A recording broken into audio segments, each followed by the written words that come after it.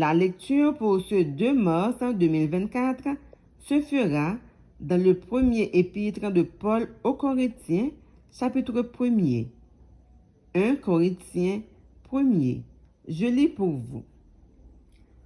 Paul, appelé à être apôtre de Jésus-Christ par la volonté de Dieu, et le frère Sosthène, à l'église de Dieu qui est à Corinthe, à ceux qui ont été sanctifiés en Jésus-Christ, appelés à être saints, et à tous ceux qui invoquent en quelque lieu que ce soit le nom de notre Seigneur Jésus-Christ, leur Seigneur et le nôtre.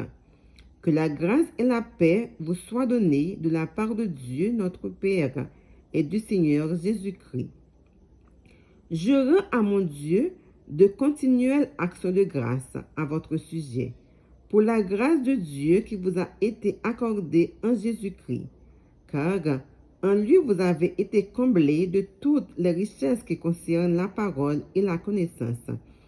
Le témoignage de Christ ayant été solidement établi parmi vous, de sorte qu'il ne vous manque aucun don dans l'attente où vous êtes de la manifestation de notre Seigneur Jésus-Christ.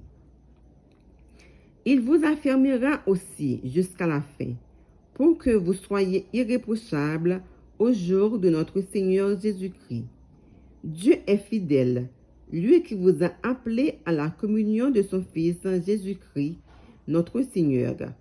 Je vous exhorte, frères, par le nom de notre Seigneur Jésus-Christ, à tenir tous un même langage et à ne point avoir de division parmi vous, mais à être parfaitement unis dans un même esprit et dans un même sentiment. Car, mes frères, j'ai appris à votre sujet par les gens de Chloé qu'il y a des disputes au milieu de vous. Je veux dire que chacun de vous parle ainsi. Moi, je suis de Paul, et moi d'Apollos, et moi de Céphas, et moi de Christ. Christ est-il divisé? Paul a-t-il été crucifié pour vous? Ou est-ce au nom de Paul que vous avez été baptisés? Je rends grâce à Dieu de ce que je n'ai baptisé aucun de vous, excepté Crispus et Gaius, afin que personne ne dise que vous avez été baptisés en mon nom. J'ai encore baptisé la famille de Stéphanas. Du reste, je ne sache pas que j'ai baptisé quelques autres personnes. Ce n'est pas pour baptiser que Christ m'a envoyé, c'est pour annoncer l'Évangile, et cela sans la sagesse du langage, afin que la croix de Christ ne soit pas rendue vaine, car la prédication de la croix est une folie pour ceux qui périssent, mais pour nous qui sommes sauvés, elle est une puissance de Dieu. Aussi est-il écrit, je détruirai la sagesse des sages, et j'anéantirai l'intelligence des intelligents. Où est le sage? Où est le scribe? Où est le disputeur de ce siècle? Dieu n'a-t-il pas convaincu de folie la sagesse du monde? Car, puisque le monde avec sa sagesse n'a point connu Dieu dans la sagesse de Dieu, il a plu à Dieu de sauver les croyants par la folie de la prédication. Les Juifs demandent des miracles et les Grecs cherchent la sagesse. Nous prêchons Christ crucifié, scandale pour les Juifs et folie pour les païens. Mais puissance de Dieu et sagesse de Dieu pour ceux qui sont appelés tant Juifs que Grecs.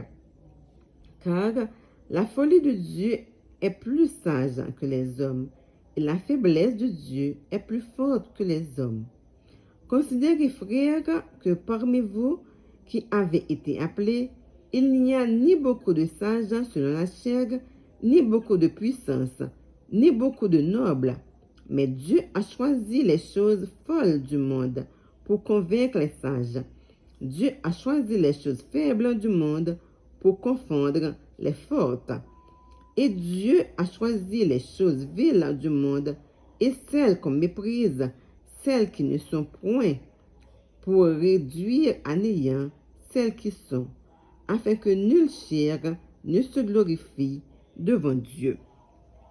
Or, c'est par lui que vous êtes en Jésus-Christ, lequel, de par Dieu, a été fait pour nous sagesse, justice et sanctification et rédemption, afin, comme il est écrit, que celui qui se glorifie dans le Seigneur.